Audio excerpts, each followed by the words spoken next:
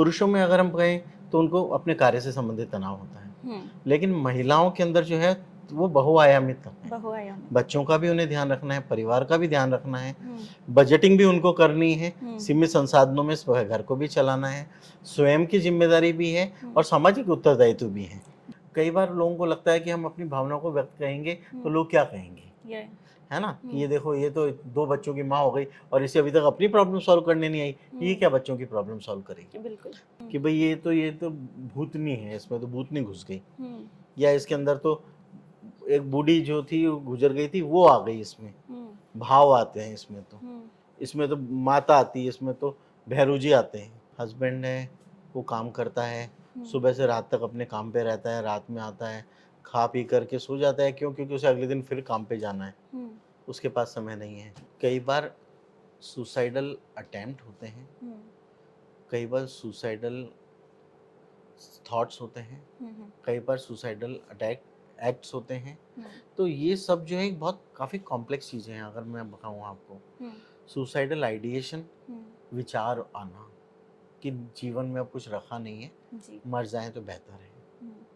Suicidal attempt करना, उसके लिए प्रयास करना, चीज़ों को एकत्रित करना और उसको अमल जमा पहचानना। जी नमस्कार, थिंक 360 में आपका स्वागत है। आपके साथ मैं हूं पूजा और आज हम खास बातचीत के लिए हमारे साथ मौजूद हैं मनस्वी गौतम जी, जो राजस्थान के फेमस साइकियाट्रिस्ट हैं।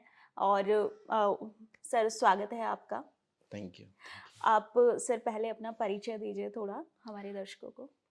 मैं doctor Manasvi Gautam, senior consultant psychiatrist, Gautam hospital research centre Jaipur, और मनोचिकित्सा के क्षेत्र में आज लगभग 20 वर्ष हो गए मुझे कार्य करते हुए। हम लोग क्लिनिकल रिसर्च में भी हैं, एजुकेशन में भी हैं, साइकियाट्रिक ट्रेनिंग में भी हैं और साथ साथ हम लोग साइकियाट्रिक प्रैक्टिस में हैं। सर हम देख रहे हैं बहुत ज़्यादा लगातार स्ट्रेस बढ़ रहा है और मेंटल हेल्थ को लेके गवर्नमेंट भी काफ़ी अवेयरनेस की वो कर रही है, लेकिन मेंटल हेल्थ बहुत बढ़ती जा रही है जिसमें लोग तरह तरीके की चीज़ें अटेम्प्ट कर लेते हैं। आप इस चीज़ को कैसे देखते हैं? आपके यहाँ किस तरह के केसेज आते हैं मेंटल हेल्थ में? देखिए, बात करें अगर हमारे यहाँ किस प्रकार के केसेस आते हैं, तो मैं आपको ये बता दूं कि आज मनोचिकित्सा के क्षेत्र में हमारे सेंटर को जो है एक टर्शरी सेंटर का मुकाम हासिल है। यानी कि आम तौर पे जो मरीज़ सामान्य क्लिनिक्स में या फिजिशियंस के पास दिखाने के बाद में उनको सुधार नहीं मिलता है, तो वो लोग रेफ़र होकर के भी हमारे पास आते हैं। तो हमारे पास लगभग सभी प्रकार के श्रेणी के, चाहे वो बच्चों के हों, बाल रोग के हों, मानसिक व्याधि से संबंधित, या फिर नशा मुक्ति के हों, या फिर बुज़ुर्गों से संबंधित प्रॉब्लम्स हों, या यौन अवस्था के अंदर कुंठाएँ हों, स्ट्रेस रिलेटेड प्रॉब्लम्स हों, डिप्रेशन हो, बाइपोलर डिसऑर्डर हो, ओसीडी हो, सभी प्रकार के जितने भी मनोरोग हैं, उन सभी से संबंधित रोगियों को हम यहाँ पे देखते हैं। महिलाओं में सर ये समस्या बहुत ज़्यादा देखी जा रही है, क्योंकि आज के दौर में ये हो रहा है कि एक तो पति की सैलरी कम है और बच्चों की डिमांड बढ़ रही है। जैसे कि महंगाई लगा लेते हैं एक चीज़, तो उसके कारण बनती है महिलाएं, उसका प्रेशर जो आता है महिलाओं पे आता है। तो एक तो वो चली जाती हैं किसी फेथ हीलिंग की हम बात करते हैं, वहाँ चली जाती हैं, तो आजकल हम भीड़ भी देख रहे हैं। दूसरा सबसे ज़्यादा पिसने का यही कारण है उनका। आप क्या कहेंगे, यहाँ पे कितने % महिलाएं आ पाती हैं इस बीमारी को लेके? क्या वो समझ पाती हैं कि एक्चुअल में वो किस चीज़ से गुजर रही है? देखिए, अधिकतर जो है महिलाएं चूँकि अपनी बात को अपने आप तक रख कर के और किसी तरह से चीज़ों के अंदर समन्वय बिताने में और बनाने में अपना समय अधिकतर गुजार देती हैं, और ज़्यादातर वो चीज़ों को पोस्टपोन करती हैं कि नहीं, अभी प्राथमिकता बच्चे हैं, अभी प्राथमिकता परिवार है, मैं तो चलो बाद में भी अपने लिए कुछ ना कुछ प्रयास कर लूँगी।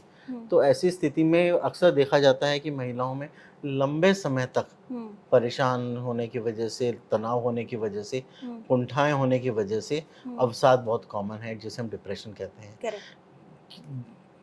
पुरुषों में अगर हम कहें तो उनको अपने कार्य से संबंधित तनाव होता है, लेकिन महिलाओं के अंदर जो है वो बहुआयामित है। बहुआयामी। बच्चों का भी उन्हें ध्यान रखना है, परिवार का भी ध्यान रखना है, बजटिंग भी उनको करनी है, सीमित संसाधनों में घर को भी चलाना है, स्वयं की जिम्मेदारी भी है और सामाजिक उत्तरदायित्व भी है। जो घरेलू महिलाओं पे हाँ, बहुत ये सब घरेलू घरेलू महिलाओं की बात कर रहा हूँ मैं। और अगर कामकाजी महिलाएं हैं तो उसमें एक चीज और जोड़ दीजिए, एक चीज कामकाज। और, जी। तो इतने सारे चीजों को एक साथ टैकल करते हुए, सब में सामंजस्य बिठाते हुए और कहीं ना कहीं अपने आप के ऊपर उन चीजों को लेते हुए वो इस चीज से ग्रसित हो जाती हैं। अत्यधिक तनाव, चिंता, परेशानी। तो मुख्यतः लक्षण जो है ना, या तो शारीरिक माध्यम से उभर के आते हैं, करेक्ट। या फिर व्यवहारिक माध्यम से उभर के आएंगे, या भावनात्मक माध्यम से उभर करके आएंगे। ठीक है, जो भावनात्मक रूप से बहुत ज्यादा इमोशनल हो जाना, चिड़चिड़ापन होने लग जाना, या किसी भी प्रकार से बहुत ज़्यादा इमोशनल होकर के अपने आप को व्यक्त करना, या फिर व्यवहारिक में जो बिहेवियरल चेंजेस, जैसे एकाकी रहने लग जाना, काम के अंदर रुचि घट जाना, शरीर के अंदर कमजोरी महसूस होने लग जाना, किसी भी चीज़ को कर करके मन में अच्छा नहीं लगना। ठीक है, और साथ ही साथ सभी कार्यों के प्रति मन में उदासीनता उत्पन्न हो जाना, है ना। आपको घर में कोई रिश्तेदार भी आ रहे हैं, मिलने वाले आ रहे हैं, तो एक खुशी का अनुभव नहीं होता है। लगता है कि अरे ठीक है, आए तो ठीक है, नहीं आए तो कोई बात नहीं, है ना। एक एक मन में वैराग्य भाव सा उत्पन्न हो जाना कि नहीं ठीक है, जो हो रहा है जैसा हो रहा है मेरे बस में थोड़ी है, मैं कैसे कर पाऊंगी। करेक्ट। ठीक है, तो भाव इस तरह से व्यवहारिक रूप से दिखाई देता है। या फिर सोमैटिक यानी कि शरीर के माध्यम से कई बार लोगों को लगता है कि हम अपनी भावनाओं को व्यक्त करेंगे तो लोग क्या कहेंगे, है ना, कि ये देखो, ये तो 2 बच्चों की माँ हो गई और इसे अभी तक अपनी प्रॉब्लम सॉल्व करने नहीं आई, ये क्या बच्चों की प्रॉब्लम सॉल्व करेगी। बिल्कुल। ठीक है, तो अपने मन में उस चीज को, पीड़ा को दबा के रखती हैं, अभिव्यक्त नहीं कर पाती हैं कि भाई मैं अगर अभिव्यक्त करूंगी तो मुझे तो उल्टा उल्हाना सुनने मिलेगा। तो जब वो उनको अंदर रिप्रेस करते हैं तो उसके हार्मोनल चेंजेस जो होते हैं उससे उनको बॉडी सिम्टम्स जो डेवलप होते हैं, जिनको हम सोमैटिक सिम्टम्स कहते हैं, कि पेट दर्द होने लग जाना, सिर दर्द होने लग जाना, बार बार शरीर के अंदर कमजोरी उत्पन्न होना, या अन्य किस्म की प्रॉब्लम्स होने लग जाना। ठीक है, ये सारे के सारे सोमैटिक सिम्टम्स के लेकर के वो और अलग अलग फिजिशियंस के पास में चक्कर लगाते रहते हैं, कई जांचें कराते रहते हैं, और जांचों में कुछ नहीं निकलता, और ज़्यादा चिंतित हो जाते हैं कि जांचें तो नॉर्मल आ रही है, बीमारी ठीक नहीं हो रही है, दवा ले रहे हैं, बीमारी ठीक नहीं हो रही है। तो फिर ये सारे के सारे प्रेजेंटेशन जो हैं इनको हम बोलते हैं सोमैटिक प्रेजेंटेशंस। अब इसमें 2 तरह से आते हैं व्यक्ति। महिलाओं की अगर हम बात करें, या तो हम उस चीज़ को अपने आप पे लेंगे, या उस चीज़ से हम अपने आप को दूर करना चाहेंगे। बिल्कुल। तो जब हम उसको अपने आप पे ले लेते हैं और वो किसी बीमारी के रूप में जाहिर होती है बाहर, तो हम उसे कन्वर्जन कहते हैं, जैसे पुराने ज़माने में हिस्टीरिया के दौरे कहते थे, महिलाओं में सबसे अधिक देखने को मिलता। या हम उस चीज़ को अपने आप में स्वीकार नहीं करते और अपने आप को उससे विरक्त करते हैं, डिसोसिएट करते हैं, तो डिसोसिएटिव डिसऑर्डर्स के रूप में दिखाई देने लगते हैं कि साहब मैं नहीं हूँ, इस बच्ची को तंग मत करो, मैं तो उसकी बूढ़ी दादी बोल रही हूँ, मैं फलाना बोल रही हूँ, मैं ये बोल रही हूँ, मैं काचा कलवा बोल रही हूँ, इसको तुम ये तंग मत करो।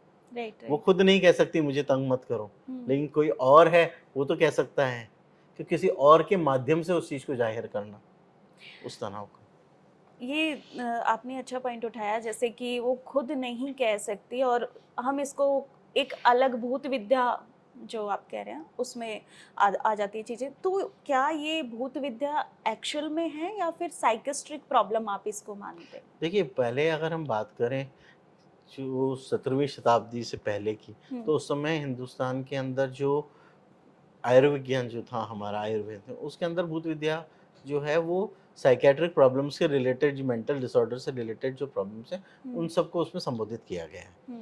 ठीक है, आम परसेप्शन जो भूत का जो बाद में बन गया है वो एक अलग चीज है, कि भाई ये तो भूतनी है, इसमें तो भूतनी घुस गई, या इसके अंदर तो एक बूढ़ी जो थी वो गुजर गई थी, वो आ गई, इसमें भाव आते हैं, इसमें तो माता आती है, इसमें तो भैरू जी आते हैं। तो ये जो चीज है ये बेसिकली आपका डिसोसिएटिव डिसऑर्डर के अंदर आता है, जिसमें व्यक्ति अभिव्यक्ति का जो माध्यम है वो एक सशक्त माध्यम को चुन लेता है, उसका सबकॉन्शियस माइंड, जिसके जरिए वो अपनी पीड़ा को बाहर दर्शाता है। तो इस चीज से उबरने के लिए महिलाएं एक होता है कि शुरुआती लक्षणों के बारे या तो वो इग्नोर करती हैं, उनको लगता है कि ये कोई बड़ी प्रॉब्लम नहीं है।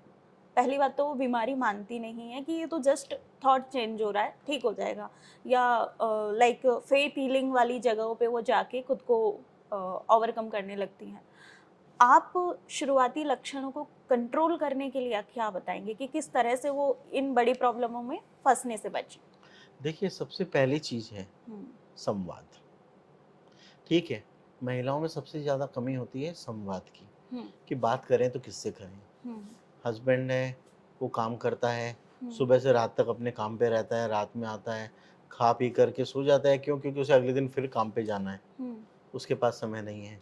बच्चे अपने कामों में बिजी हैं।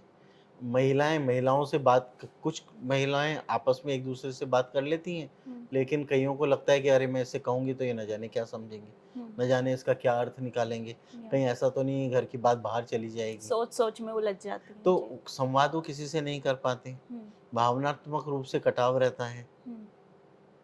ठीक है, काम का अत्यधिक प्रेशर है, तनाव बहुत ज़्यादा है, और साथ ही साथ और छोर दिखाई नहीं देता कि भाई मैं कहीं इसके बाद मुझे सोलेस मिलेगा, मुझे आराम मिलेगा या नहीं, या मैं ऐसे ही परेशान होती चली जाऊंगी। तो जब जैसे हम ये क्लासिकल ट्रायड बोलते हैं, हेल्पलेसनेस, होपलेसनेस, वर्थलेसनेस का। हेल्पलेस कि कोई मुझे मदद नहीं कर पाएगा, मेरे को कोई चाहे तो भी इस स्थिति से उबार नहीं सकता। वो खुद से सोचती रहती है। होपलेसनेस कि मेरा अब कुछ नहीं होगा, मैं कुछ नहीं कर पाऊंगा, अब सब बेकार ही होने वाला है, अगर मैं प्रयास भी करूंगी तो चीजें अच्छी नहीं होंगी। और वर्थलेसनेस कि मैंने इतने साल करके भी मैं कुछ नहीं कर पाई, मैं इस परिवार को सही दिशा नहीं दे पाई, मैं बच्चों को अच्छे से नहीं तैयार कर पाई, मैं अपने जो सामाजिक दायित्व हैं उनको अच्छे से नहीं निभा पाई। तो आत्मग्लानि का एक बोध उनके मन में उत्पन्न हो जाता है, और वो फिर उनको अवसाद के घेरे में घेरता लपेटता चला जाता है, जिससे कि बहुत ज़्यादा तनाव आता है। तो अगर हम इन तीनों चीज़ों को होने से रोक सकते हैं, मन में विश्वास कायम रहे, संवाद बहुत अच्छा हो, हीन भावना उत्पन्न न होने दें, और अपने काम से कुछ समय निकालकर स्वयं के लिए दें, जिससे कि मैं भी एक इंसान हूँ और मेरा भी कोई अस्तित्व है जो कि मेरे दायित्वों से परे है। जी, ये स्वयं के लिए जो समय देने की बात बहुत होती है, लेकिन हम इसको थोड़ा सिंपल करते हैं कि जैसे कामकाजी महिलाएं गाँव में भी हैं, वो इस चीज़ को समझ नहीं पाती, अंदर ही अंदर घुटन रहती है, जैसे आपने कहा कोई सुनेगा नहीं। दूसरी चीज़ ये भी रहती है कि पति का शक भी रहता है, आजकल मोबाइल ने भी इस चीज़ को काफ़ी बढ़ा दिया है। मोटे मोटे तौर पे अगर हम बताएं, आप इसमें बताएं कि किस तरह से, क्या योगा या खान पीन या किस तरह से वो अपनी जो शुरुआत बिगिनिंग होने से ही इसको रोके? देखिए, ऐसा है, जीवन शैली में बदलाव वो तो हमेशा एक सकारात्मक रूप से फायदा देगा ही देगा। बिल्कुल। लेकिन जहाँ तक अगर हम कहते हैं जैसे हम बात करते हैं महिलाओं की गाँव में, आप कहते हो गाँव में जी। तो गाँव में तो मैं कहता हूँ कि बहुत अच्छा एक प्रोटेक्टिव एनवायरनमेंट होता है। रीज़न भी कि आज जितने भी कल्चरल ट्रेडिशंस जो हैं हमारे, वो गाँव में ही जिंदा हैं जी। तो इस बहाने औरतें मेले में जाती हैं, वो उनका मी टाइम है, कुछ चीज़ खरीद के लाती हैं खुद के लिए, वो उनका मी टाइम है, और दूसरी महिलाओं के साथ जाती हैं, चाहे तीज है, गणगौर है मनाने के लिए, चाहे पीपल पूजने ही जा रही हैं, इस बहाने आपस में बातचीत होती है। तो ये कहीं ना कहीं एक आउटलेट देता है, एक वेंटिलेशन देता है, एक ओपनिंग देता है उस फ्रस्ट्रेशन को निकालने के लिए जी।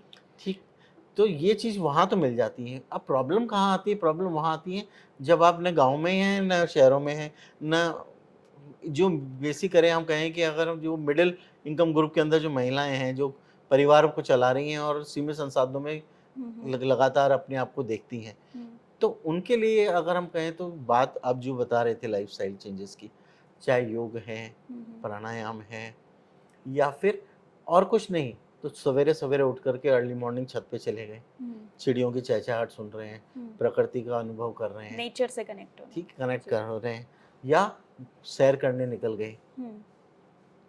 इस ठीक है, मुझे सवेरे आके के 6 बजे नाश्ता बनाना है, लेकिन 5 से 6 का समय तो मेरा है, करेक्ट, वो तो मैं अपने लिए बिता सकती हूँ। मैं मंदिर चले गई, मैं जा करके वॉक करके आ गई। तो कहीं ना कहीं मैंने अपने लिए एक समय निकाला है। जी। जो भी चीज़ मुझे अच्छी लगती है उससे मैंने जुड़ाव उत्पन्न किया है, चाहे वो मेहंदी बनाना हो, चाहे वो गीत गाना गुनगुनाना हो, चाहे कुछ पाकशास्त्र का हो, चाहे मुझे अपने पीछे जो छोटा किचन गार्डन आजकल काफ़ी लोग महिलाएं करती हैं, छोटी छोटी चीज़ें उगा के रखती हैं जिससे, मनपसंद का काम। हाँ, जो मुझे पसंद है वो कर सकते हैं। पेड़ पौधों को पानी देना है, हो सकता है। ठीक है, तो किसी भी प्रकार से प्रकृति के साथ जुड़ाव जब हम रखते हैं तो वो हमारे को एक वेंटिलेशन का जरिया देता है। जी।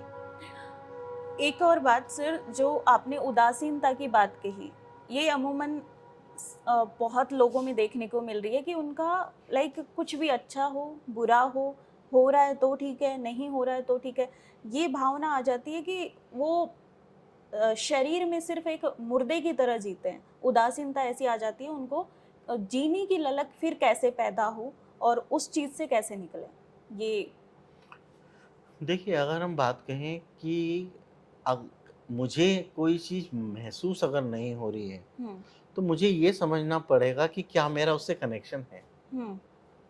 मैं कोई कार्य इसलिए कर रहा हूँ कि मुझे वो करना पड़ता है। मैं बनना तो अध्यापक चाहता था, पर मेरी रेलवे में नौकरी लग गई और मैं टीटी बन गया जी। अब वो मेरे पसंद का काम नहीं है। मुझे भाग भाग के रेलवे स्टेशन पे जाके चेक करना पसंद नहीं है। मुझे तो बच्चों को पढ़ाना अच्छा लगता था। तो जाहिर सी बात है, मेरे को उसमें एक रुझान नहीं उत्पन्न होगा।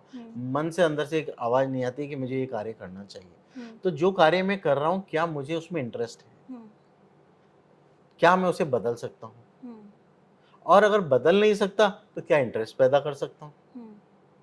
तो जो भी मैं कार्य कर रहा हूँ उस कार्य में इंटरेस्ट लूँ, उस कार्य को, उसकी बारीकियों को एंजॉय करूँ।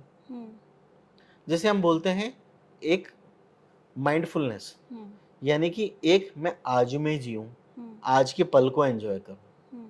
मुझे मालूम है कि मेरे को 3 महीने बाद परीक्षा देनी है, पर आज में अगर मेरे रिश्तेदार की शादी में आया हुआ हूँ तो मुझे आज वो शादी के अंदर एंजॉय करना है। मेरे को ये नहीं सोचना है कि मेरे 2 चैप्टर जो छूट गए वो मैं कैसे तैयार करूँगा। जी, वर्तमान में जीना। मुझे वर्तमान में जीना है।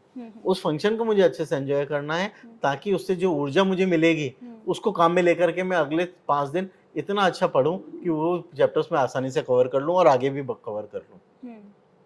तो मुझे आज में जीना है। मुझे जो मैं कर रहा हूँ उसमें इंटरेस्ट उत्पन्न करना है। उसको इंटरेस्ट को उत्पन्न करने के लिए कुछ चीज़ें बहुत ज़रूरी हैं। समझ उस चीज़ की, ज्ञान, अनुभव और दूसरों के अनुभव से सीखना। जब मैं इन चीज़ों को काम में लेता हूँ तो मेरे को वो चीज़ आसान लगने लगती है। मुझे उसमें अपना होल्ड दिखाई देता है और मैं उस चीज़ को आसानी से करता हूँ। जी, 2 बातें हैं सर। युवाओं के लिए तो ये ठीक है, लेकिन इसमें एक और चीज़ है, अक्सर सवाल होते हैं युवाओं के कि हमें तो समझ ही नहीं आ रहा क्या करना है, जो हो रहा है ठीक है, नहीं हो रहा ठीक है, हमें ऐसा लग रहा है कि कुछ अच्छा नहीं हो रहा, पता नहीं जो हो रहा है ठीक है, ऐसा।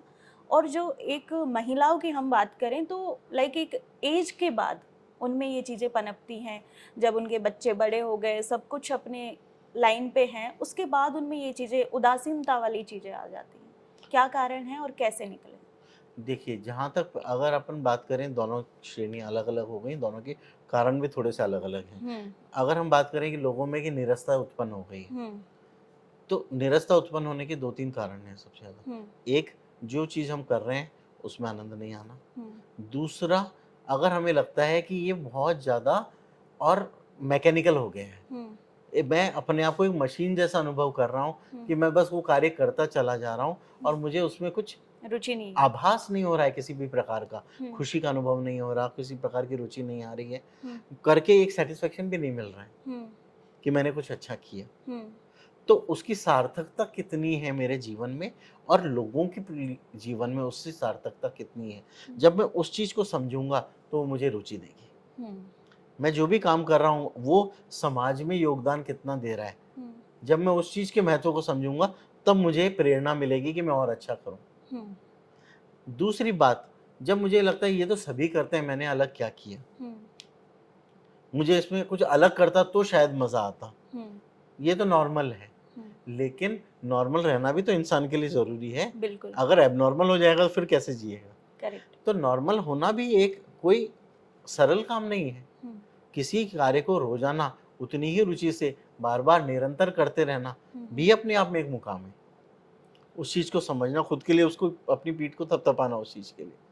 और दूसरा, जब मुझे ये लगने लगे कि मैं सैचुरेट हो गया हूँ, तो क्या मैं कोई नया चैलेंजिंग रोल ले सकता हूँ, उसको तलाशना। ठीक है, मैंने ये काम तो मैं अपनी ग्राहकी तो रोज करता ही हूँ मेरी दुकान पे जी।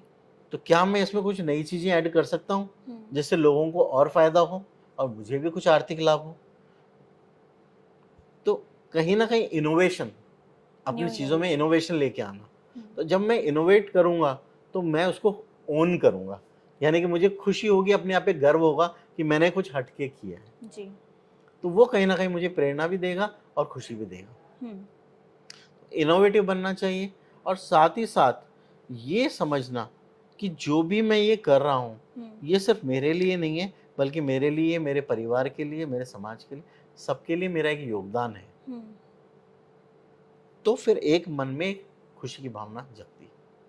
दूसरी बात जो अपन ने करी महिलाओं की, तो आप बात कर रहे हैं उस उम्र के पड़ाव की जब नॉर्मली रजोन्नति हो जाती है, यानी कि जिसे हम कहते हैं मेनोपॉज। मेनोपॉज हो जाना मतलब कि ओवेरियन हार्मोन्स का कमी हो जाना। ठीक है, जब ओवेरियन हार्मोन्स कम हो जाते हैं तो ईस्ट्रोजन जो कि एक प्रोटेक्टिव हार्मोन है उसकी कमी हो जाती है, प्रोजेस्टेरोन लेवल्स बढ़ जाते हैं। तो ऐसी सूरत के अंदर अवसाद उत्पन्न होता है। दूसरी बात हम ये कहें कि ईस्ट्रोजन जो है वो कहीं ना कहीं व्यक्ति को ऊर्जा भी देता है, तो ऊर्जा की कमी सी महसूस होने लग जाती है उसके अभाव में। महिलाओं में थकान होना, चिड़चिड़ापन होना, कमजोरी सी आने लग जाना, मन नहीं लगना, किसी चीज में रुचि नहीं, सर्दगम के एहसास होना, तो इनको सब बोलते हैं अपन, जैसे ये पोस्ट मेनोपॉजल ब्लूज जिसको हम बोलते हैं आमतौर पे, या पोस्ट मेनोपॉजल डिप्रेशन सिंड्रोम होता है। तो उसमें वो महिलाओं में हार्मोन की कमी की वजह से होता है। तो दो चीजें हो सकती हैं, या तो लाइफस्टाइल चेंज और उस नई परिस्थिति को स्वीकार करके अडेप्ट करना, या जो महिलाएं बिल्कुल इस चीज को अडेप्ट नहीं कर पाती हैं, 100 में से हम बात करें 5 से 7% महिलाओं में ऐसा है जो अडेप्ट नहीं कर पाती हैं। 15 से 20% महिलाओं में ये परेशानी आती है, लेकिन उनमें से आधे से ज़्यादा इसको अडेप्ट कर लेती हैं, चाहे वो स्पिरिचुअलिटी के द्वारा हो, चाहे वो बच्चों में अपने आप की खुशी ढूंढने के द्वारा हो, या सामाजिक दायित्वों को आगे होकर के ओढ़ लेने के द्वारा हो। इन सब तरीकों से वो अपने आप को और वापस से मोटिवेट कर लेती हैं। जो ये नहीं कर पाते उनमें फिर हम HRT की बात करते हैं, हार्मोन रिप्लेसमेंट थेरेपी, और हार्मोन रिप्लेसमेंट के द्वारा वापस से उनमें उतनी ही खुशी, उमंग जो है वो एक्टिवनेस, वो सब वापस से हम ला सकते हैं। तो इस तरह के केसेस हार्मोन रिप्लेसमेंट थेरेपी वाले, पहली बात तो जो महिलाएं इस चीज़ को समझ पाती हैं कि उनको इस तरीके का कुछ है, तो उन्हें क्या साइकियाट्रिस्ट से कंसल्ट करना चाहिए, या ये जो आप थेरेपी की बात कर रहे हैं ये लेनी चाहिए? साइकियाट्रिस्ट भी इस चीज़ को देखते हैं, गायनेकोलॉजिस्ट भी इस चीज़ को देखते हैं, क्योंकि महिलाओं से संबंधित महिलाएं पहले गायनेकोलॉजिस्ट को अप्रोच करेंगी, और चूंकि ये तो हार्मोनल प्रोफाइल में आसानी से पकड़ में आ जाने वाली चीज़ है, तो आमतौर पे गायनेकोलॉजिस्ट भी इस चीज़ को देते हैं। लेकिन जहाँ पे बिहेवियरल सिम्टम्स बहुत ज़्यादा हो जाते हैं, अवसाद बहुत ज़्यादा हो जाता है, जो सिंपली हार्मोन रिप्लेसमेंट से कवर नहीं हो रहा है, तो फिर ऐसी महिलाएं फिर बाद में साइकियाट्रिस्ट को कंसल्ट करते हैं, जिससे कि उनका हार्मोन रिप्लेसमेंट के साथ साथ एंटी डिप्रेसेंट्स का भी हल्का प्रयोग करके और अवसाद को दूर करने में हम कार्य करते हैं। आपके यहाँ पे सर किस तरह के केसेस ज़्यादा आते हैं? मैंने जैसा आपको पहले बताया, हम लगभग सभी चीज़ों में डील करते हैं, और खास तौर पे महिलाओं की अगर बात करें तो महिलाओं में डिप्रेशन बहुत ज़्यादा कॉमन है। फिर एक OCD जो है वो महिलाओं में काफ़ी देखने को मिलता है।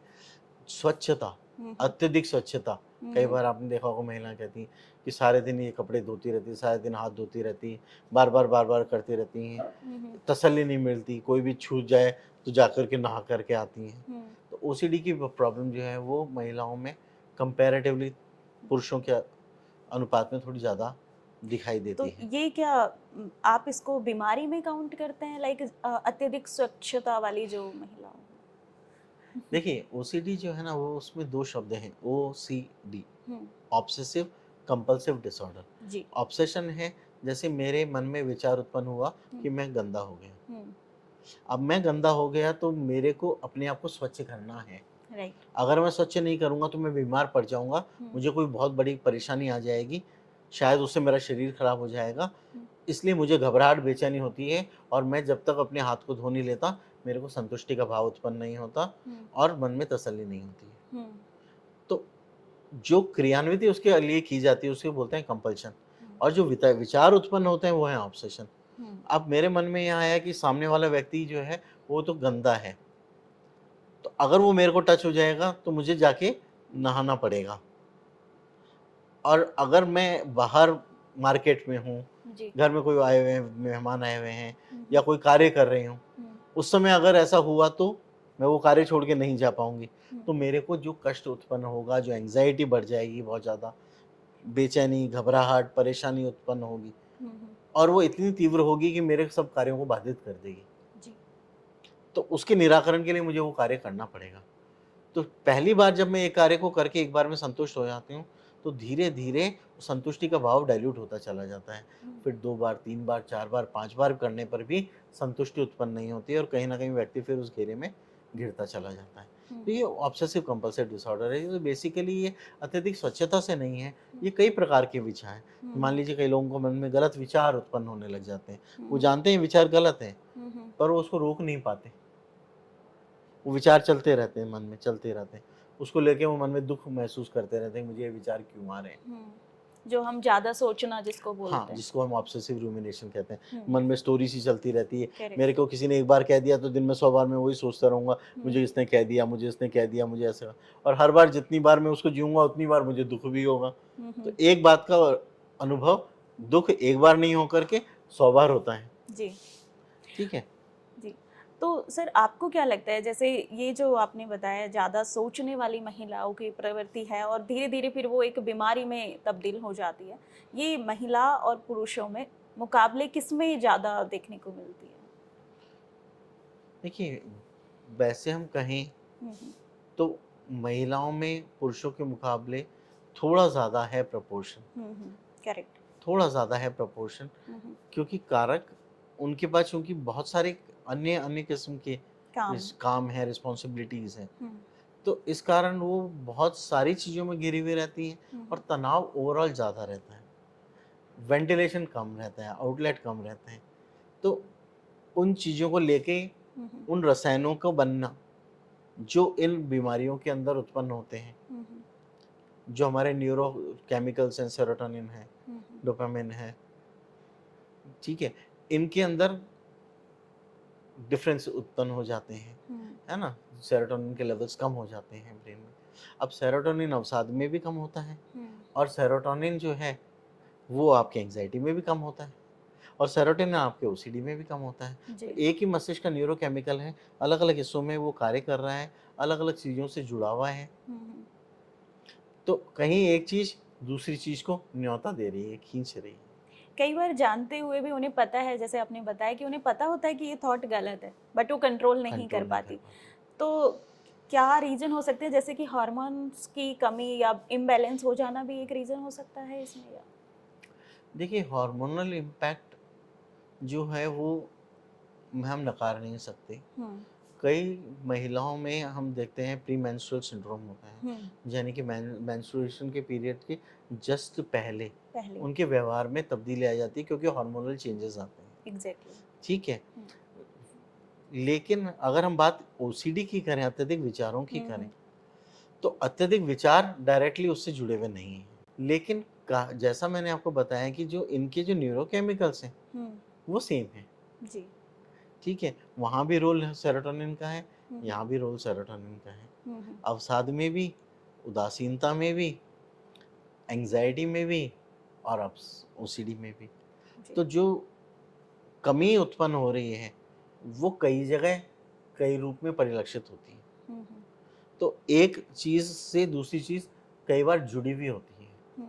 हम कई बार प्योरली नहीं देख पाते हैं कि ये एक पर्टिकुलर डिसऑर्डर है। कई बार कोमॉर्बिडिटी होती है, यानी कि एक साथ 2 डिसऑर्डर एग्जिस्ट करते हैं। व्यक्ति को ओसीडी भी है, लेकिन साथ साथ उसके साथ जुड़े हुए गिल्ट और साथ साथ जुड़ी हुई जो मन में हीन भावना है उत्पन्न होती है, उसकी वजह से अवसाद भी उत्पन्न हो जाता है। जी सर, जब आप ट्रीटमेंट के दौरान जब जैसे कि बात होती है आपके पेशेंट से, आप उन्हें समझा रहे होते हैं, तो क्या कई बार आप उनको ओवरकम करने के लिए फेथ हीलिंग की भी बात करते हैं, या जो ट्रीटमेंट है, मेडिसिन है, उसके थ्रू करते हैं? देखिए, मैं फेथ की बात करता हूँ, फेथ हीलिंग की बात फेथ नहीं हीलिंग करता। की नहीं करते। जी। फेथ रखना, ईश्वर में विश्वास रखना, वो अच्छा है। वो आपको आत्मिक सुख भी देता है, शक्ति भी प्रदान करता है। जी। जब ये मान के चलता हूँ कि मेरे पीछे कोई है जिसका वरद हस्त मेरे सिर पे है और वो मुझे बचा लेगा, तो वो विश्वास मुझे आगे लेके जाता है। जी। तो फेथ होना अच्छा है।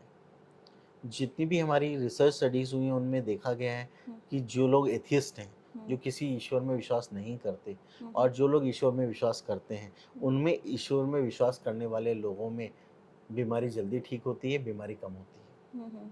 Just for the belief system उनका कि जो हाँ, कि कोई है जो मुझे बचाएगा। जी। ठीक है, लेकिन अंधविश्वास ये गलत। नकारात्मक प्रभाव डालता है, क्योंकि व्यक्ति का स्वयं में से विश्वास हट करके विश्वास दूसरी तरफ चला जाता है कि कोई मैजिकल थिंग है वो मेरे को बचाएगी। जी। तो व्यक्ति स्वयं प्रयास न करके और मैजिकल आउटकम के लिए हाथ में हाथ बांधे इंतजार करना शुरू कर देता है, या फिर बाकी जो सामाजिक कुरीतियां हैं वो फिर अपना योगदान उसमें देना शुरू कर देती हैं, जब आप उसको अंधविश्वास के अंदर ले जाते हैं, जब उसके नेगेटिव रिजल्ट्स भी सामने आने लगते हैं। बिल्कुल बिल्कुल। फेथ हीलिंग की सर बात मैंने इसलिए की, जैसे कि हम जो महिलाएं पहली बात तो वो लेट से समझ पाती हैं अपनी बीमारी के बारे में, और जब उन्हें लगता है कोई आसपास नहीं है, और जब आप सेल्फ केयर की बात करते हैं, तो फेथ कहीं ना कहीं वर्क करता है, तब आप उनको ये रिकमेंड करेंगे या कैसे? देखिए, अगर आप कहते हैं कि महिलाएं सत्संग में जाती हैं, जी। ठीक है, या कहीं भक्ति भजन संध्या में चले जाते हैं, मंदिर में जाते हैं, कीर्तन में जाते हैं, वो फेथ हीलिंग नहीं है। जी बिल्कुल। वो फेथ है जो आपको अंदर से ऊर्जा दे रहा है। ठीक है, आपका ईश्वर में विश्वास है जो आपको मजबूती दे रहा है। जी। आप जब एक कनेक्ट महसूस करते हैं ईश्वर के साथ, that is spiritual healing. Spiritual healing. ठीक है, स्पिरिचुअल हीलिंग जो है वो इम्पोर्टेंट है, उससे कहीं नकारा नहीं जा सकता, बल्कि वो एक बहुत ही healthy way of coping with stress है। जी। ठीक है, मुझे कोई बहुत बड़ा तनाव है, किससे कहूँ? मैंने मंदिर में जाके भगवान से कह दिया, भगवान अब आपने संभालना है, आप ही सबको संभालते हो, मुझे भी आप संभालोगे, और मेरा मन हल्का हो गया। बहुत करते भी हैं इस तरह से, कई लोग जाते हैं वहाँ पे अपने मन की बात करके आ जाते हैं। हाँ, अकेले बात कर रहे होते हैं। ठीक है, तो वो एक वेंटिलेशन का एक बहुत अच्छा माध्यम है जी। लेकिन मैं जो बात कर रहा हूँ वो बात है डायरेक्टेड फेथ हीलिंग की, जहाँ पे लोग अलग अलग तरीके टोटके अपनाते हैं, भूत विद्या, अंधविश्वास। अंधविश्वास की, वो नकारात्मक हो जाती है, क्योंकि वो व्यक्ति को जहाँ फोकस उसने करना चाहिए वहां से डाइवर्ट करके एक दूसरी दिशा में ले जाती है। ना तो वो फेथ पे पहुंच पाते हैं, ना वो मेडिकली ट्रीटमेंट ले पाते हैं, बीच में वो कहीं ना कहीं दब जाते हैं। जी। एक और चीज़ बहुत ज़्यादा आ रही है आज के टाइम में सर, युवाओं में, और स्पेशली हम जब रिलेशनशिप की बात करते हैं, बहुत लड़कियां, और हालांकि बॉयज़ भी ऐसा करते हैं, बहुत करते हैं, सुसाइडल थॉट आते हैं और सुसाइड अटेम्प्ट कर लेते हैं। ये जो सडन सर हार्मोन चेंज होता है, क्या ऐसी वजह है, सडन क्या ऐसा होता है कि वो 20 ईयर के रिलेशन को, फैमिली के साथ, उसको नहीं सोच के अदर कोई अटेम्प्ट ले लेते हैं? देखिए, सुसाइडल थॉट जो है ना, कई बार सुसाइडल अटेम्प्ट होते हैं, कई बार सुसाइडल थॉट्स होते हैं, कई बार सुसाइडल अटैक एक्ट्स होते हैं। तो ये सब जो है बहुत काफ़ी कॉम्प्लेक्स चीज़ें हैं। अगर मैं बताऊँ आपको, सुसाइडल आइडिएशन, विचार आना कि जीवन में अब कुछ रखा नहीं है, मर जाएं तो बेहतर है। सुसाइडल अटेम्प्ट करना, उसके लिए प्रयास करना, चीज़ों को एकत्रित करना और उसको अमल जमा पहचाना। जी। ठीक है, और तीसरी चीज़ है कंप्लीटेड सुसाइड। जहाँ पे कोई व्यक्ति ने कोई आत्मघाती प्रयास किया और वो सफल हो गया। हम्म, पहली दो श्रेणीज जो हैं वो ज़्यादातर सुसाइडल एक्ट्स जो होते हैं वो क्राई फॉर हेल्प होते हैं। Cry for help. ठीक है, उस दौरान व्यक्ति कहीं ना कहीं ये चाहता है कि लोग उस पर ध्यान दें, जी। उसकी मदद करें। वो बहुत ही परेशान है, अपने आप अकेले जूझ रहा है उस चीज़ से और उससे बाहर नहीं निकल पा रहा है। तो वो जो विवशता, घुटन, एकाकीपन और एक फीलिंग ऑफ हेल्पलेसनेस कि मैं इससे बाहर नहीं आऊँ, जी। तो कोई और मुझे आकर के बचा ले या फिर मैं चला जाऊं ताकि किसी और को मैं परेशान ना करूं। ये कहीं ना कहीं एक इंटरप्ले रहता है। ज़्यादातर हम बात करते हैं सुसाइड अटेम्प्ट्स की, तो उनमें एक्सीडेंटल सुसाइड्स बहुत हाई होते हैं। जी। देखो मैं खिड़की से कूद जाऊंगा, मेरी बात नहीं मानी तो कूद जाऊंगा, और कूदना चाहता नहीं हूं मैं, मेरा उद्देश्य है वो बात मनाना मान ले। जो कि मैं रख रहा हूं सबके सामने, और पैर फिसल कर और एक्चुअली में गिर गया। जी जी। ठीक है, तो एक्सीडेंटल सुसाइड्स होते हैं कई बार। मुझे उम्मीद है कि मैं अगर लटकूंगा तो कोई ना कोई मुझे आकर के बचा लेगा, और इस भरोसे से मैं लटक गया और कोई नहीं आया। जी।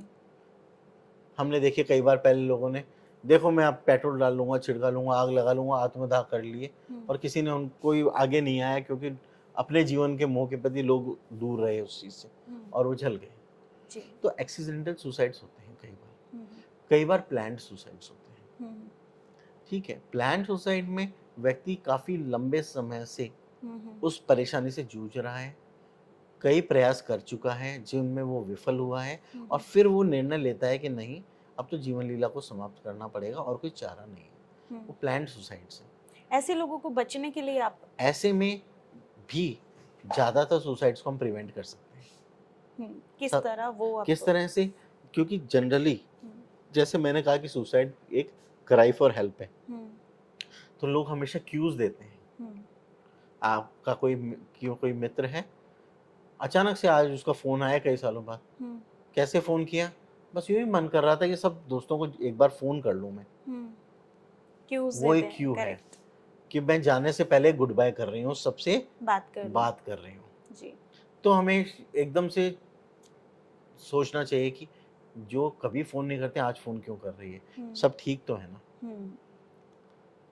हम बात करें, भाई कैसी हो? ठीक है, सब ठीक है। हाँ, अब तो वैसे भी सब ठीक हो जाना है। एग्जैक्टली, या इंडिकेशन तो देते ही वो एक इंडिकेशन, अब तो सब ठीक हो जाना है, अब किसी को कोई परेशानी नहीं होगी मुझसे। जी जी जी। अब मेरी वजह से किसी को तंग नहीं होना पड़ेगा। या वो भावुक होके भी लास्ट मोमेंट पे ये करते हैं, इस प्रकार की बात करते हैं। कई बार लोग चिट्ठी लिख करके जाते हैं, कई बार वो लोग फैमिली मेंबर्स को अप्रोच करते हैं, रिलेटिव से बात करने की कोशिश करते हैं, फ्रेंड्स से बात करने की कोशिश करते हैं। ठीक है, कई बार वो इस तरह की पोस्ट डाल देते हैं जो बहुत ही नेगेटिव होती हैं, शेडी पोस्ट होती हैं जिसमें डार्क शेड होता है जी। तो उनसे समझ में आ जाना चाहिए कि भाई ये कहीं ना कहीं आहत है, परेशान है और इसे मदद की आवश्यकता है जी। तो बहुत कुछ लोग होते हैं जो मदद मांग लेते हैं, ज्यादातर कह नहीं पाते जी। तो वहां पे फिर इन सब इनडायरेक्ट क्यूज से, और सबसे सिंपल चीज है बस कुछ मिनट देना, कुछ मिनट जी। जैसे ही किसी ने फोन किया, नहीं नहीं मैं तो सोच रही थी एक बार तेरे से बात कर लूं, फिर उसके बाद तो मैं तो अब इस समय टेरेस पे हूँ और मैं अब नहीं बचने वाली।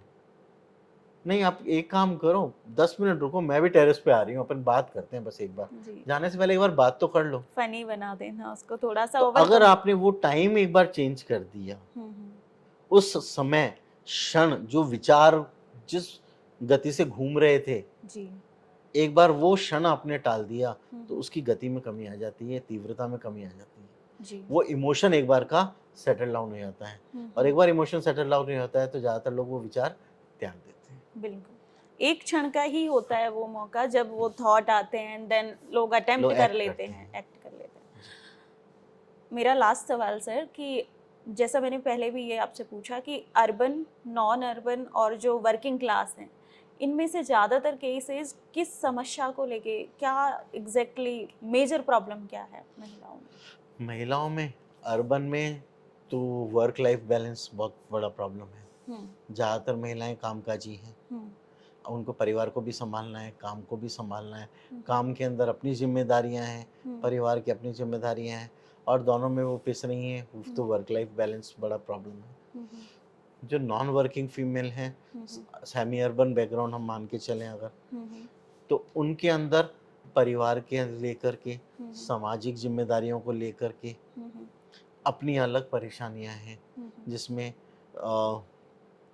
चाहे वो मैरिटल रिलेशनशिप हो, चाहे वो डोमेस्टिक वायलेंस हो, चाहे वो हार्श नेबरहुड एनवायरनमेंट हो, उन सब को लेकर के, और आर्थिक परेशानियों को जीवन में सामंजस्य बिठाते हुए लेके चलने की जो उनकी जद्दोजहद होती है, उनसे संबंधित जुड़े हुई परेशानियां होती हैं। रूरल बैकग्राउंड के अंदर लैक ऑफ रिसोर्सेस हैं, हर छोटी से छोटी चीज़ के लिए बहुत ज़्यादा मेहनत परेशानी उठा करके काम करना पड़ता है, साधन सीमित हैं और सोच बहुत बड़ी है। आज जो इंटरनेट है, जो एक्सप्लोजन पहले आज के 20 वर्ष पहले टीवी ने किया था, उसको 100 गुना रफ्तार इंटरनेट ने दे दी है जी। तो जो गांव में बैठी महिलाएं हैं, वहाँ पे भी नेट काम कर रहा है, वो भी ये देख रही है कि शहरों में लोग इस प्रकार के, अब तो सरकार फ्री भी फोन देने वाली है, तो ये एक बढ़ना ही है। तो वहाँ पे जब वो उसको देखती हूँ, सोचती हूँ मैं तो यहाँ पे ट्रैक्टर में भी नहीं बैठ पा रही हूँ, और लोग तो इतनी सुंदर गाड़ियों में घूम रहे हैं। तो वो कहीं ना कहीं मन में उसकी जो एक कंपैरिजन है, इंफीरियरिटी कॉम्प्लेक्स है। इसका मतलब हुआ कि फोन का इस्तेमाल कम करें या इंटरनेट का इस्तेमाल? मैं तो कहूँगा फोन से ज्यादा बातचीत सामने बैठ के की जाए, पर्सन टू पर्सन बातचीत होनी चाहिए। एक और चीज सर कि जनरली जैसे है ना, हस्बैंड वाइफ में कॉमन है, लाइक बहुत केसेस ऐसे आते हैं, तो ज़बरदस्ती कोई वजह नहीं है, फ़ोन देखा और शक के आधार पे एक मेंटल हेल्थ वो धीरे धीरे बढ़ती जाती है, तो इस तरह के केसेस भी आते हैं आपके पास? देखिए, एक गंभीर मानसिक बीमारी होती है जिसे हम बोलते हैं स्किज़ोफ्रेनिया, और स्किज़ोफ्रेनिया में व्यक्ति को वहम शंकाएं होती हैं उत्पन्न, और अधिकतर में डिल्यूजन ऑफ इनफिडिलिटी या डिल्यूजन ऑफ जेलसी जिसे हम कहते हैं, जिसमें व्यक्ति को शक हो जाता है कि मेरी पति का या मेरी पत्नी का तो किसी और के साथ में रिलेशनशिप है। एग्जैक्टली। और उस शक को यथार्थ समझते हुए व्यक्ति सामने वाले पे लांछन लगाता है, कई बार उसके ऊपर फिजिकली अब्यूज करता है, अटैक करता है जी। या उसको प्रताड़ना करता है, ठीक है, उसका पीछा करता है, जहाँ जा रही है, कपड़े सुखाने जा रही है तो वहाँ देखने जा रहा हूँ कहाँ जा रही है, सब्जी लेने जा रही है तो वहाँ देखने जा रहा हूँ क्या कर रही है, कोई किससे फ़ोन पे बात कर रही है, कितनी देर कर रही है, क्यों कर रही है। आजकल तो फ़ोन में ऐप भी होते हैं जिससे वो स्पाई ऐप लगा के देखते हैं कि सब नंबर कौन फ़ोन कर रहा था, किससे बात कर रही थी, और जब उसमें कुछ नहीं मिलता है तो ओहो, ये तो इतनी स्मार्ट है कि इसने इन सब से बच करके कर लिया, इसका मतलब ये तो मेरे को न जाने कितने टाइम से धोखा दे रही है कि इसको ये सब आर्ट भी पता है। ये दोनों में होता है और एट द एंड रिश्ते टूटते जाते हैं। बिल्कुल बिल्कुल, और ज्यादातर इसके अंदर कहीं ना कहीं जो एक कमी है वो बेसिकली कनेक्टेडनेस की है जी। जब आपस में सामंजस्य नहीं है, संवाद नहीं है, लैक ऑफ ट्रस्ट, एक दूसरे के लिए समय नहीं है जी, तो जब समय नहीं होगा, संवाद नहीं होगा, तो ट्रस्ट टूटेगा। बिल्कुल। मैं अपनी वाइफ से बात नहीं करता हूँ तो उसके मन में आएगा कि शायद ये कहीं और बात करता है, बिल्कुल, तभी मुझसे बात नहीं करता है। तो आप समझ रहे हैं, तो जो चीज जहाँ नहीं होगी तो मन में उत्पन्न होगा कि शायद कहीं और इसकी पूर्ति हो रही है, इसलिए ये चीज यहाँ नहीं हो रही है। तो वो सभी चीजों को है, चाहे वो उनके मैरिटल रिलेशनशिप को लेकर के हो, चाहे वो उनकी आपस में एक अंडरस्टैंडिंग और बॉन्डिंग को लेकर के हो, चाहे वो एक फैमिली ट्रस्ट को लेकर के हो कि पूरे परिवार की अंदर आपसी सामंजस्य को लेकर जी। तो आपसे सिर्फ बातचीत हमें समय देने के लिए आपका शुक्रिया, लेकिन हमें आप हमारे दर्शकों को ओवरऑल जो जितने हमने मुद्दे उठाए और शुरुआती कैसे पहचाने और किस तरह से इस समस्या से निकले, क्योंकि लोग समझ नहीं पा रहे जाना कहाँ है, किससे बात करनी है।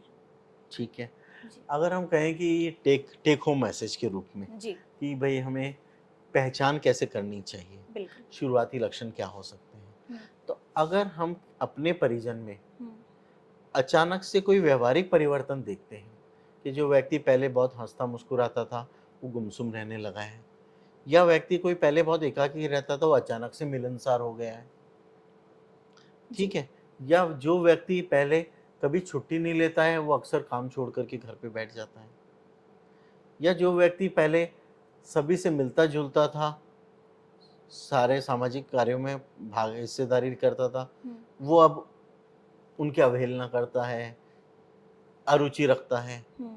जो पहले बच्चों को लेकर के घूमने जाने में, चीज़ें दिलाने में, इन सब में विश्वास करता था, वो कहता है लो पैसे ले लो, जाओ कुछ ले आओ, अपने आप अपने कर लो।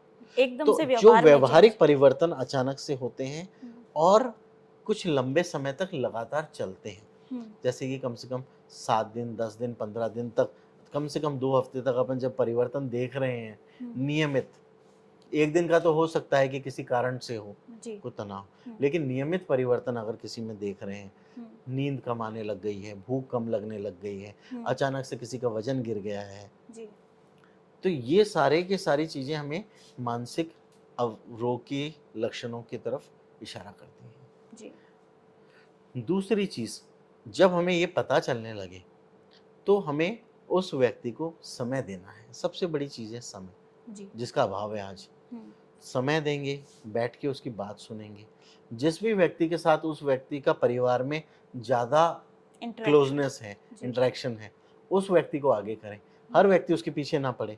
कोई अपनी बहन के साथ में ज्यादा कंफर्टेबल फील करती है, कोई मदर के साथ फील करती है, कोई छोटे भाई के साथ करती है। तो जिसके साथ करती है वो अपनी पहल ले, वो आगे की दीदी क्या बात है, क्यों आजकल ऐसा हो रहा है, क्या हो रहा है, कुछ तो फर्क दिख रहा है, बताओ क्या बात है, आओ अपन मिलके कुछ कोशिश करें जी। उसके बारे में बातचीत करें, ठीक है। तो बातचीत करने से अक्सर मन में आने वाली उलझनों का पता चलता है। फिर जो चीजें संवाद के द्वारा हो सकती हैं उनका घर पे प्रयास करें। जब निरंतर संवाद के बाद भी परिवर्तन नहीं मिले तो फिर हमें प्रोफेशनल हेल्प लेनी चाहिए, मनोचिकित्सक की सलाह लेनी चाहिए, क्योंकि वो प्रोफेशनली इस चीज को डील करने के लिए ट्रेंड है जी बिल्कुल। तो वो आपको सुझाव भी देंगे जो कि स्वयं अमल में लाने हैं, साथ साथ उन मस्तिष्क में होने वाले रासायनिक परिवर्तनों के ऊपर भी गौर करेंगे जिनकी वजह से ये बीमारी की शक्ल ले रही है। तो उन रासायनिक परिवर्तनों का रसायनों द्वारा और भावनात्मक परिवर्तनों का भावनाओं द्वारा और बातचीत से स्वयं चिंतन करके अपनी परेशानियों के हल ढूंढने के अंदर प्रयास, इन सब चीजों को जब होलिस्टिकली अप्रोच किया जाता है तो फिर हमें अच्छा परिवर्तन मिलेगा। और ये ओवरऑल सभी पे लागू होती है, ना सिर्फ महिलाओं पे? नहीं, बिल्कुल ये सभी के लिए जी। Thank you so much sir, हमें समय देने के लिए और इतनी अच्छी बात करने के लिए जो आगे हमारे सभी दर्शकों के लिए हमें उम्मीद है कि ये आपके लिए बहुत कारगर होगी। तो आपको अगर अपने व्यवहार में किसी भी तरीके का कोई चेंज महसूस हो रहा है या आपको लगता है कोई आपकी सुन नहीं रहा तो साइकियाट्रिस्ट के पास ज़रूर जाएं, आप मनोरोग चिकित्सक से सलाह लें और अपनी इस बीमारी को दूर करें, क्योंकि ये कहीं ना कहीं एक बड़ा रूप लेने से इसको आपको बचाना है। थिंक 360 में आपके साथ मैं थी पूजा और मेरे साथ वीडियो जर्नलिस्ट गणेश यादव। नमस्कार।